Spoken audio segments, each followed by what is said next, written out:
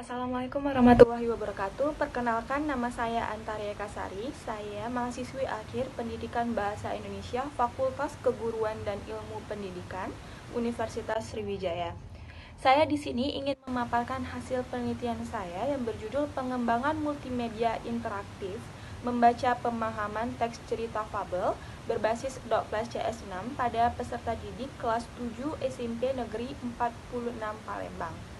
Jadi di sini ada 4 poin utama. Yang pertama itu latar belakang penelitian ini, yang kedua metodologi penelitian yang saya gunakan, yang ketiga hasil dan pembahasan dari penelitian ini, dan yang terakhir itu kesimpulan dan saran.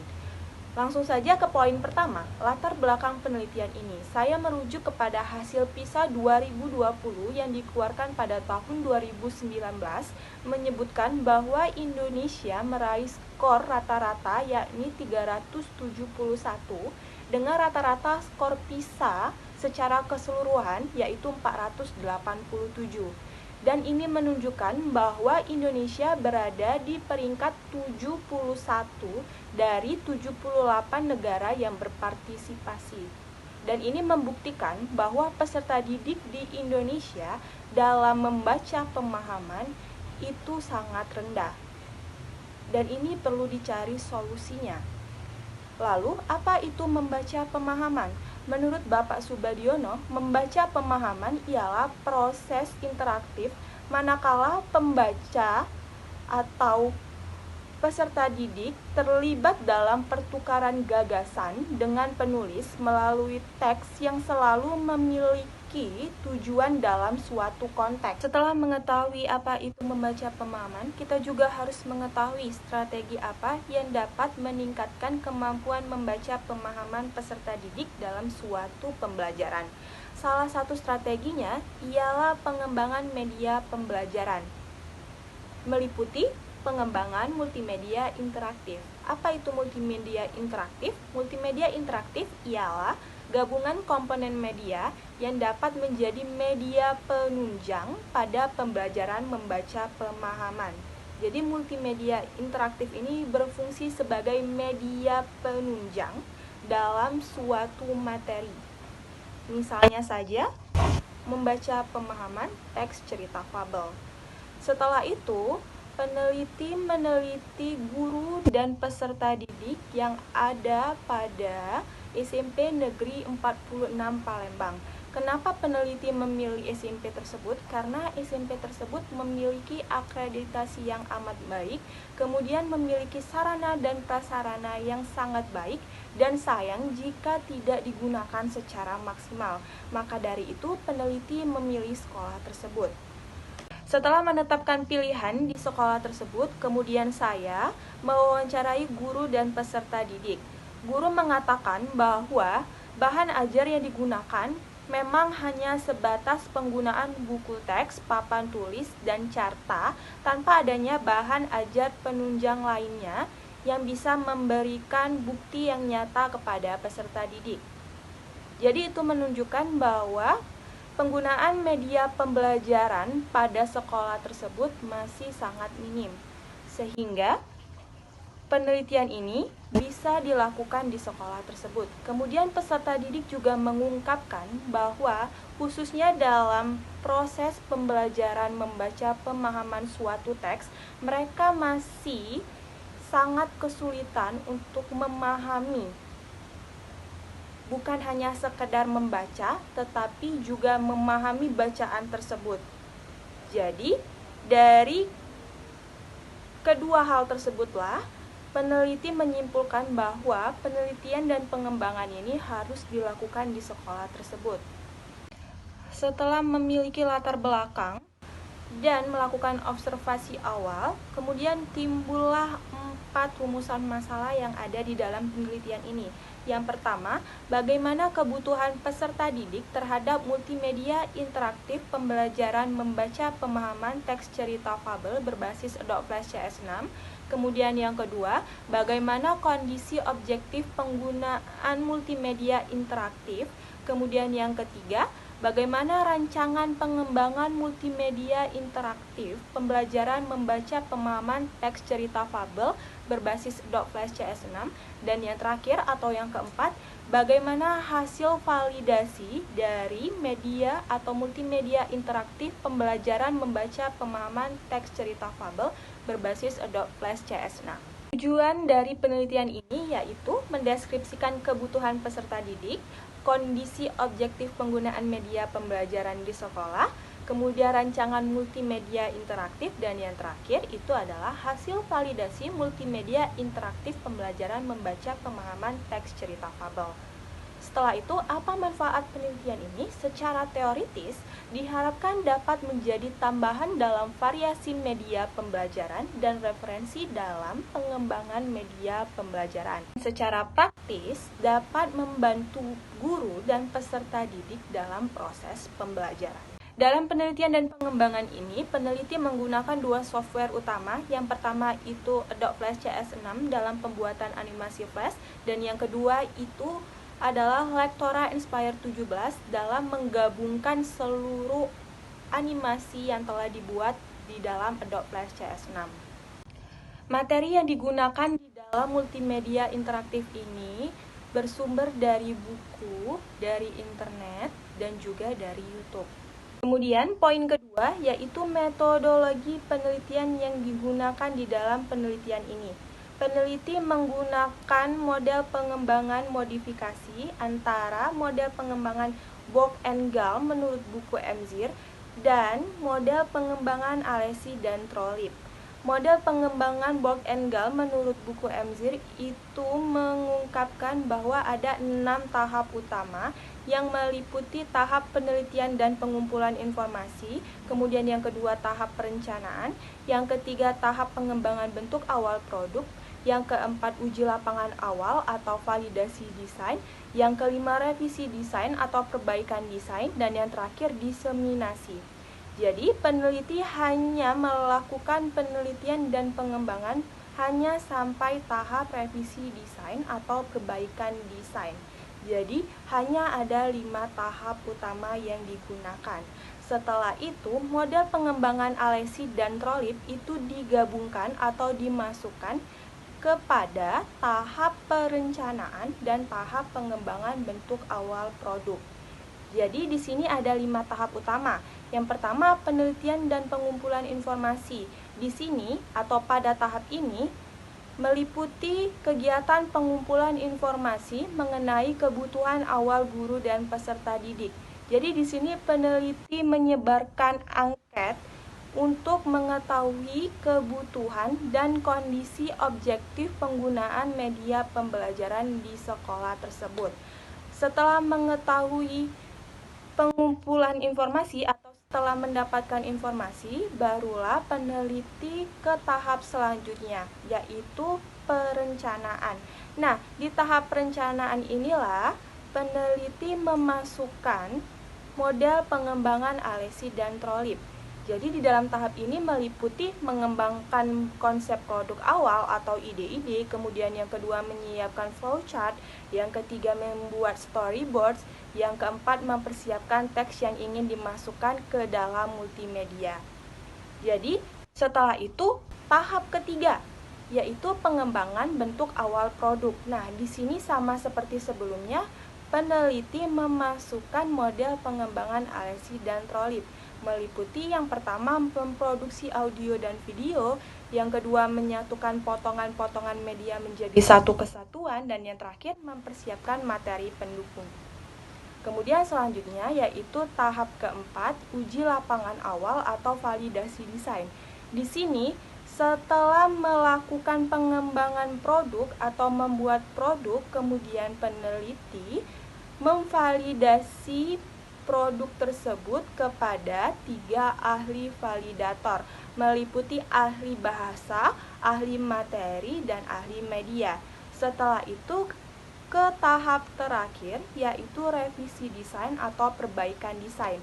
Di sini setelah mendapatkan hasil dari validator, barulah peneliti melakukan revisi produk sesuai dari saran-saran validator, meliputi saran-saran ahli bahasa, ahli media, dan ahli materi. Pengumpulan data yang digunakan di dalam penelitian ini yaitu yang pertama wawancara dan yang kedua adalah angket. Wawancara ini digunakan pada saat observasi awal di sekolah tersebut dan pada saat penyebaran angket ketika angket tersebut masih kurang mendapatkan informasi. Barulah peneliti melakukan wawancara melalui WhatsApp. Kemudian yang kedua, angket. Angket ini berfungsi untuk mengetahui kebutuhan awal peserta didik dan kondisi objektif penggunaan media pembelajaran di sekolah. Dan yang terakhir yaitu validasi desain menurut para ahli. Kemudian poin utama yang ketiga yaitu hasil dan pembahasan. Setelah penyebaran angket yang telah dilakukan untuk mengetahui kebutuhan awal peserta didik, kemudian kondisi objektif penggunaan multimedia interaktif yang ada di sekolah, kemudian validasi desain menurut para ahli, didapatkanlah hasil. Yang pertama, kebutuhan awal peserta didik meliputi aspek kompetensi dasar, kemudian aspek indikator, kemudian aspek materi, kemudian aspek penyajian multimedia, kemudian aspek model pembelajaran, dan yang terakhir aspek evaluasi. Disimpulkan bahwa peserta didik membutuhkan suatu media pembelajaran atau suatu pengembangan media pembelajaran yang dapat membantu mereka dalam suatu proses pembelajaran, khususnya pembelajaran membaca pemahaman teks cerita fabel. Selaras dengan hasil tersebut, guru juga menyebutkan bahwa ia membutuhkan alat bantu ajar untuk mengajarkan peserta didik membaca pemahaman teks cerita fabel. Dari hasil identifikasi kondisi objektif penggunaan media pembelajaran yang ada di sekolah tersebut, dapat disimpulkan bahwa media pembelajaran yang digunakan masih sangat minim, hanya sebatas penggunaan papan tulis, buku, dan carta.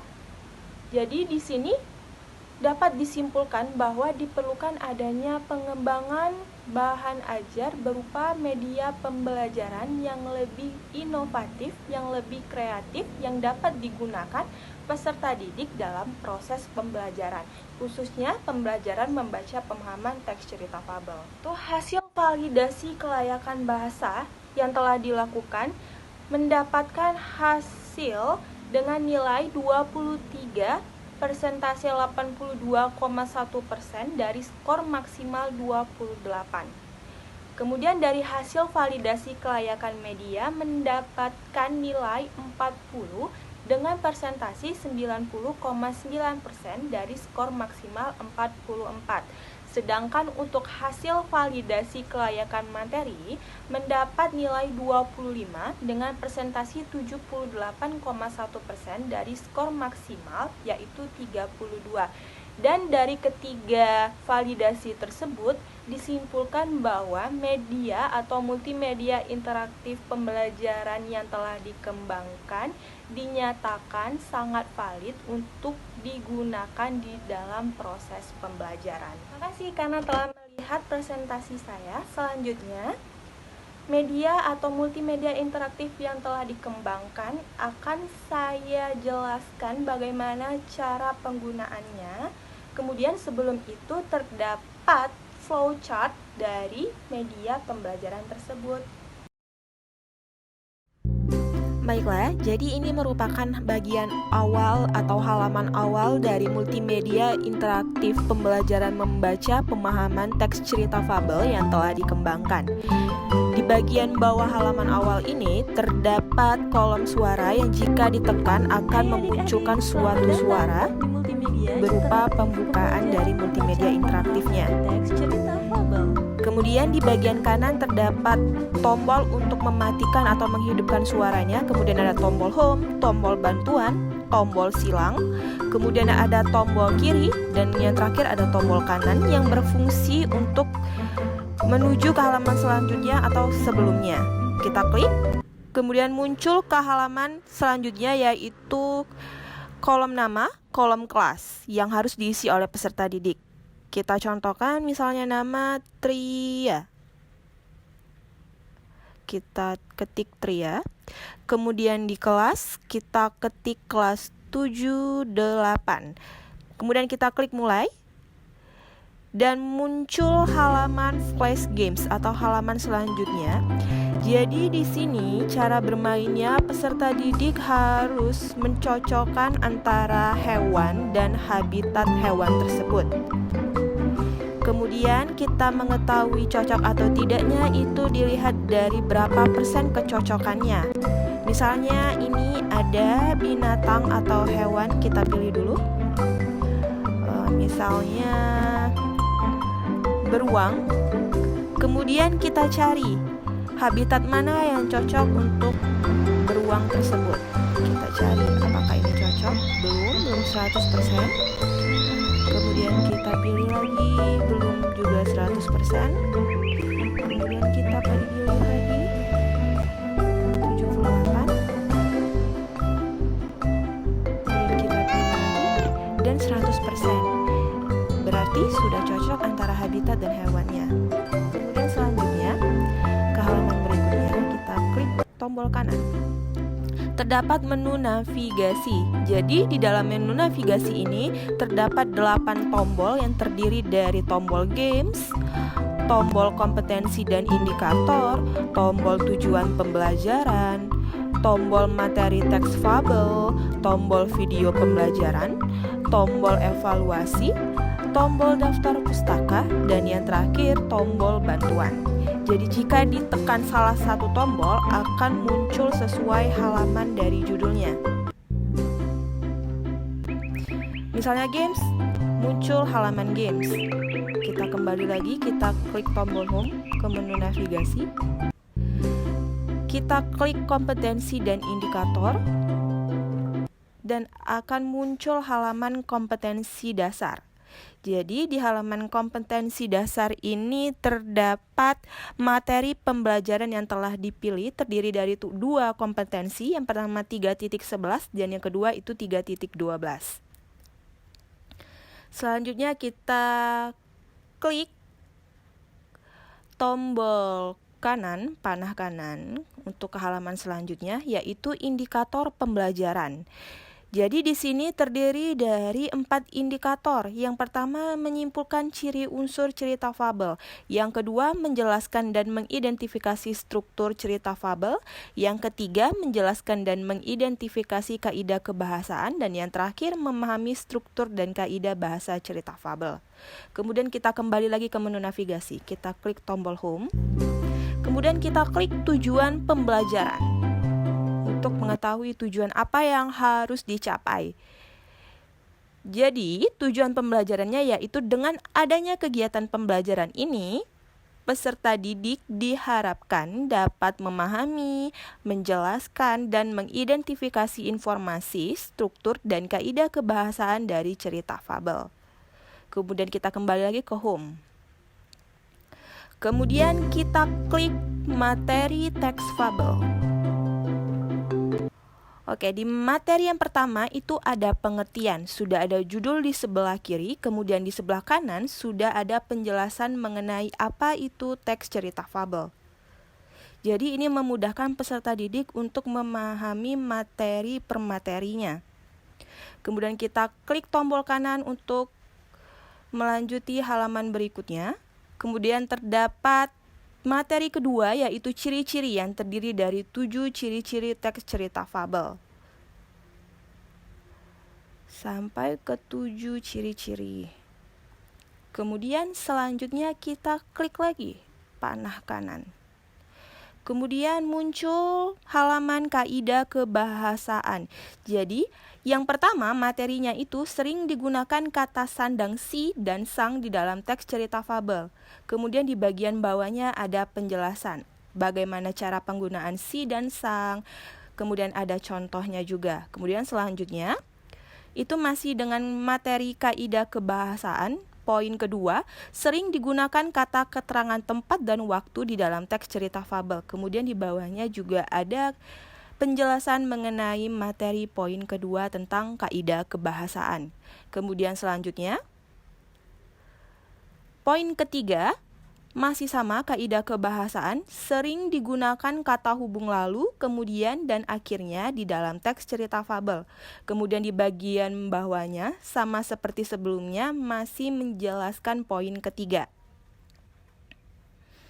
Kemudian selanjutnya itu masih sama kaidah kebahasaan dengan poin keempat, sering digunakan kalimat langsung dan kalimat tidak langsung di dalam teks cerita fabel. Kemudian diikuti dengan ciri-ciri dan contoh dari kalimat langsung dan kalimat tidak langsung. Selanjutnya, kaidah kebahasaan masih menjelaskan kalimat tidak langsung, kemudian ciri-ciri kalimat tidak langsung, dan contoh dari kata penghubung atau konjungsi di dalam kalimat. Kemudian kita klik lagi tombol panah kanan. Kemudian di sini ada penjelasan perubahan kata ganti yang dimaksud. Jadi masih menjelaskan tentang kaidah kebahasaan teks cerita fabel. Kemudian kita klik lagi panah sebelah kanan. Nah, di sini sudah ke materi baru, yaitu tentang struktur dari teks cerita fabel yang terdiri dari orientasi, komplikasi, resolusi, dan koda. Kita klik orientasi yang pertama. Setelah kita klik, akan muncul pengertian dari apa itu orientasi. Jadi peserta didik bisa membaca satu persatu dari materi struktur teks cerita fabel. Kemudian kita klik silang untuk kembali ke halaman struktur. Kemudian setelah orientasi kita klik nomor 2, komplikasi. Lalu muncul penjelasan apa itu komplikasi. Setelah itu kita klik silang untuk kembali ke menu struktur. Kemudian kita klik nomor 3, resolusi. Muncul lagi pengertian apa itu resolusi. Setelah itu, kita klik kembali tanda silang. Kemudian kita klik lagi struktur yang terakhir yaitu koda. Jadi di sini ada pengertian koda. Bagian akhir dari teks cerita.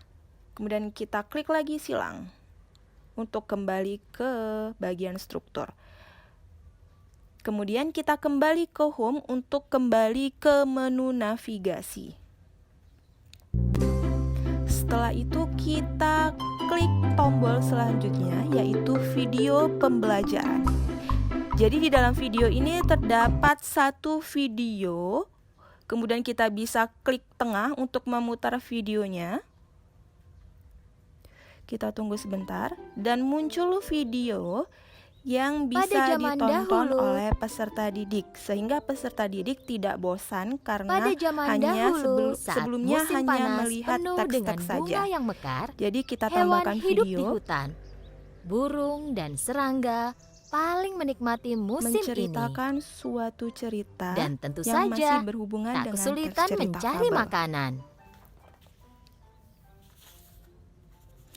Di bagian bawah itu ada tombol biasa volume yang bisa dibesarkan pemalas. ataupun dikecilkan. Kemudian di Seekor sebelah semut tombol mendatanginya. volume itu ada tombol Semut itu untuk mencoba membawa membesarkan biji yang lebih besar dari badannya. layar atau mengecilkan layar. Kita pause, kita stop terlebih dahulu, kemudian kita kembali ke halaman sebelumnya. Jadi di halaman sebelumnya itu terdapat contoh teks cerita fabel berupa teks. Di video pembelajaran itu juga terdapat contoh teks cerita fabel tapi berbentuk video, sedangkan ini berbentuk teks dengan judul Kupu-kupu Berhati Mulia. Jadi di sini ada orientasi dari cerita Kupu-kupu Berhati Mulia. Kemudian halaman selanjutnya itu terdapat dari komplikasi dari contoh teks cerita fabel. Sudah dibagi menjadi 2 bagian komplikasinya agar memudahkan peserta didik. Selanjutnya masih tentang contoh teks cerita fabel. Ini juga masih menjelaskan tentang komplikasi, bagian komplikasi. dan diiringi dengan video dari cerita tersebut. Selanjutnya, ada bagian dari resolusi dan bagian koda atau bagian akhir dari contoh teks cerita fabel. Kemudian, kembali lagi ke video pembelajaran. Dan kita klik menu home atau menu navigasi, tombol home. Kemudian kita klik bagian dari tombol evaluasi untuk menuju evaluasi atau latihan. Nah, di sini sudah ada latihan soal esai dan pilihan ganda yang harus diisi atau dikerjakan oleh peserta didik. Karena di nomor 1 dan 2 masih berhubungan dengan video pembelajaran, jadi peserta didik bisa mengklik halaman sebelumnya dengan tombol kiri dan akan muncul video pembelajaran. Selanjutnya kita kembali lagi ke evaluasi. Ini nomor 1 dan 2, kita klik lagi ke halaman selanjutnya. Ada cerita kuda berkulit harimau, masih membahas tentang evaluasi. Jadi peserta didik harus membaca terlebih dahulu tentang kuda berkulit harimau ini. Kemudian ini masih sama, kelanjutan dari cerita kuda berkulit harimau. Selanjutnya, masih sama, menceritakan tentang kuda berkulit harimau. Kemudian, di bawahnya terdapat gambar, ada kuda, dan ada seekor musang. Jadi ini menyinkronkan antara gambar dan teks sehingga peserta didik bisa membayangkan secara nyata. Kemudian ini adalah soal nomor 3. Selanjutnya kita klik lagi, terdapat soal nomor 4. Kemudian kita klik lagi tombol sebelah kanan, terdapat soal nomor 5. Kemudian kita klik lagi. Nah, ini adalah teks lagi yang berhubungan dengan nomor 6 dan 7. Jadi peserta didik harus membaca teks ini agar bisa menjawab nomor 6 dan nomor 7. Nah, ini adalah pertanyaan nomor 6, soal nomor 6, mengenai apa amanat. Kemudian nomor 7, apa watak dari tokoh Pip di dalam cerita di atas? Kemudian selanjutnya, nomor 8, tentang ciri-ciri dari teks fabel. Kemudian selanjutnya, di sini muncul lagi suatu teks dengan judul Semua Istimewa untuk menjawab soal nomor 9 dan nomor 10. Selanjutnya, peserta didik harus membaca dengan seksama teks tersebut agar bisa menjawab soal nomor 9 dan nomor 10. Jadi terdapat 10 soal untuk evaluasi membaca pemahaman teks cerita fabel. Kita kembali ke menu navigasi dan terdapat 2 tombol lagi, yaitu tombol bantuan. Kita klik. Jadi di bantuan ini adalah panduan atau bantuan cara penggunaan multimedia interaktif pembelajaran ini. Yang pertama ada tombol home, itu untuk ke menu navigasi. Kemudian ada tombol tanda tanya untuk ke tombol bantuan. Kemudian ada tombol silang untuk keluar dari multimedianya. Dan yang terakhir ada tombol kiri dan kanan untuk ke halaman sebelumnya dan selanjutnya. Kita kembali lagi ke menu navigasi. Kemudian kita klik tombol daftar pustaka.